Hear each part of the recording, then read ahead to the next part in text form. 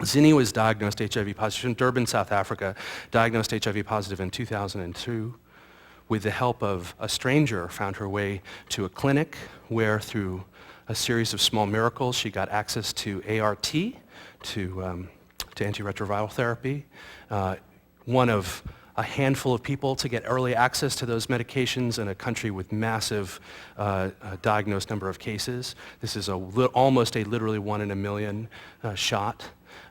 Completely changed her physical health around, and today she works as an advocate for people around the world with HIV. I knew when we spoke on the phone, I have to tell you, normally I want you to all know that PopTech runs like a smooth, well-oiled machine, and there are never any errors or confusions and complexities in bringing all of this together. But I would just tell you this one, okay, which is that on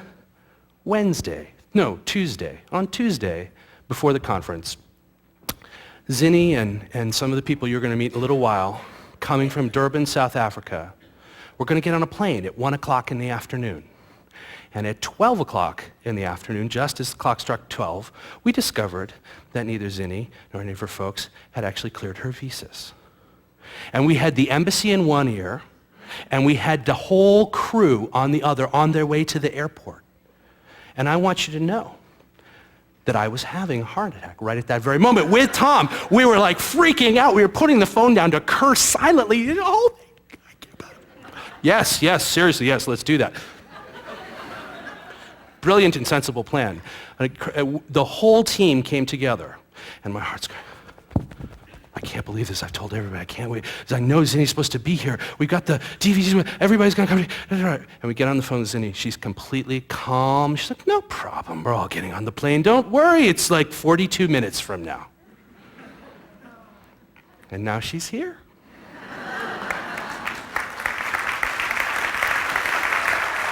Let's welcome Zinhle Thabethe.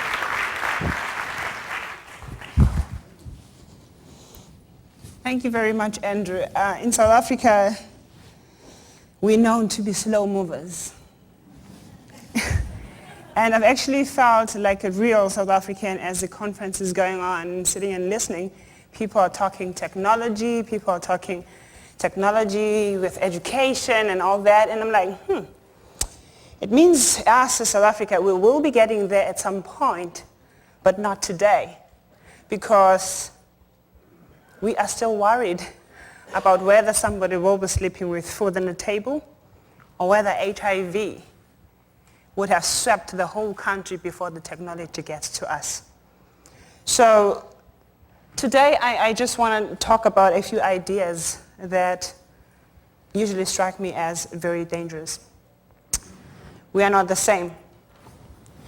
Naturally, one would think that somebody from South Africa and from Peru and from America, since they're all human beings, they bleed, they cry, they get emotional, they get happy, they should be treated as the same. But it doesn't happen like that. And that to me sounds like a dangerous idea. I will talk through this HIV struggle through my family because that's the safest thing to do, and it is politically correct. And I wouldn't be held liable for any saying this and that, which was not good for the government, because it's my family, it's my story, it's me. I think it is safe to talk it that way. That's my brother. That's my sister, Pinky on the left-hand side, and my brother, who is late on the right-hand side, who died from HIV and TB, which are two things that are very close to heart, and they are my patient, they're my babies. So I'm going to talk through them. And then in the next picture is me. So the three people in that picture from one family are HIV positive. So in 2001, I discovered I had HIV. And at that point in South Africa, there was no treatment. Actually, the doctor who diagnosed me said, I think you'll have to try and find something we call medical aid in South Africa to get you through this, because if you don't, you will be dead in December. That was in February. Surprisingly enough, I'm still here talking to you. I don't know what happened to that idea from the doctor. So I started getting sick. I got fired from job because the idea is some employers in South Africa is that when you get HIV, they have to toss the coin thinking about, is this going to be a liability, or is this going to be a human being, or is this going to be an asset? So I guess I got into the part where they thought, this is going to be a liability. So we have to toss it. I was then out of the job, and then things started happening with my life changing with PCP, pneumonia, cryptococcal meningitis, TB 3 times, and the whole story was my life just literally became a journal of opportunistic infection. And then in the same year, they were talking about whether, the international world were talking about whether could we get medications to developing countries, to countries like South Africa. And there was an article in the Boston Globe by Mr. Matianes, I don't know whether I'm saying it right, who was an administrator of the U.S. Agency for International Development. This is how he thought. He said, Africans do not know what Western time is. And many people in Africa have never seen a clock watch in their entire life. And if you say 1 o'clock to us Africans, talking about us, they wouldn't know what you're talking about. That was his idea. And that, he said, because this medication requires somebody to be adherent, and they require time. If you do not know how to keep time, it becomes difficult. But maybe that wasn't a very correct idea, because here I am 5 years later. I have been taking my medication on the money 24/7, 365 days, and I am doing very well, as you can see. So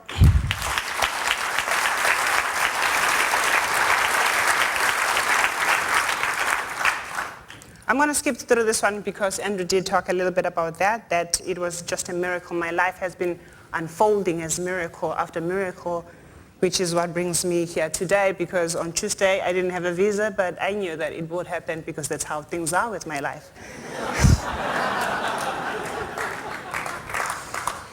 So other people were not so fortunate as myself, as we're talking about 6 million with HIV needed treatment in 2004, and it was not all the 6 million who needed who got it. It was few of us who were very fortunate, as I'm saying. And South Africa is the country that has high burden of HIV, with 5 million of the 6 million, meaning all the rates of HIV are in South Africa, where I come from. So the World Health Organization thought there should be a goal. If we're rolling this in a bigger scale, they made a campaign saying 3 by 5, meaning that 3 million of people needing ARVs by 2005 should be on ARVs. And then in June 2005, this is what was happening. Only 10% were on ARVs. So the 3 by 5 situation, I guess, we haven't been there yet. And in sub-Saharan Africa, less than 10% is getting the 3 by 5 thing that the World Health Organization was talking about. It is because maybe people are just not the same. I'm going to talk to you about this child and about what HIV is doing to not only human beings but also to the culture of South Africa. 90% in South Africa are without medication, including that 12-year-old who was brought by the family to St. Mary's Hospital because of overwhelming debts and liabilities and expenses that comes with it. They decided, we are going to go against our culture, so we will admit this child and we will leave it and we will turn our backs and we will never come back to claim the body to bury, because HIV, that's what it does. It prunes people of humanity, it prunes people of dignity, and it also prunes South African of their cultures of loving and caring for their loved one through death. We talk HIV, and specifically, I'll talk about myself. I actually talk HIV, breathe HIV, sing HIV, work HIV. It's HIV, and that is why I haven't come to a point where I'm thinking about technology yet, because it's only HIV. And you talk about this until it blares out to your night and to your peaceful night. You think about it all the time until you feel you're not living anymore. So let me take you to my lovely home, South Africa. Despite the fact that we are so much challenged, but we have an opportunity to be playing with elephants and looking at the Drakensberg Mountain. It's a beautiful country, though it is very much challenged by epidemics like HIV and TB. I am actually coming from KZN, one of the 9 provinces of South Africa, and I am currently based in Pietermaritzburg, as you can see in the map. That's where I am working from. And we've got very different scenarios in terms of geographic area. Urban areas in Durban looks like that. It's a city and programs get there easily and people can be able to get to medication. And on the other side of the coin, the areas like this, which we call semi-rural, which is actually difficult to get anything done there. And also when we go to rural areas, which is a vast geographical distances. So in that area, there are no clinics, it's difficult to get into any program, so it becomes even difficult for those people to access even very small programs that we have there designed. So I'm also going to be taking you through what happens on daily life, people going to work in KwaZulu-Natal. They get into a truck like that, and if you're looking at the statistic, this is what it says. Out of those people, 1 in 2 of adults, so when you count 1, and the next one is HIV positive, and so forth and so on. And in the government ANC clinics, 60% of pregnant women are also HIV positive. In 2003, here in the United States, 143 babies were born HIV positive. And unfortunately in South Africa, that's what happens every day. 200 babies are born HIV positive. In 2006, these are the statistics that we have been looking at. 80 to 90% hospital beds are for HIV-infected people. And hospital morgues overflow, funeral every weekend, and it's going to a point where no neighbor will be helping other neighbor through the period of mourning because you will be mourning yourself. So cemeteries are also getting full, as you can see. And we haven't even gotten through the issues of stigma yet in South Africa, which is still powerful and still living, and which is why the choir is available to help support those people that are affected by the stigma. The question will be then, why are we still feeling or affected by stigma? It is because of the idea that goes on and increasingly in people's mind that people are not the same. We do not see each other as the same. As you can see in that picture, they are probably looking at that woman and thinking she is somehow different from them. And my brother and my sister, also affected by HIV, and also myself. And in this one family, there is this person, me. My brother died and we were watching it painfully and knowing that there's nothing you can do. And how do you live with yourself knowing that you have got something that could help him, but he is going to die because you're just not the same. Some people are lucky, some people are fortunate, some are not, but from the same family, it is actually difficult. My brother delayed testing, as everybody else in South Africa would like to do. In 2003, he started on TB treatment. He did not get better, and he was found or diagnosed with MDR TB, and he was admitted in an MDR hospital and started 6 very toxic drugs and improved, discharged to home. And a few months later, he then got reinfected with TB, and it got worse, and he died. And it was painful watching that because I knew in my bag, or in my back, as I will show you, I had medications that would help him. This is my pill box, and this is my medication. I had it, but I couldn't help him.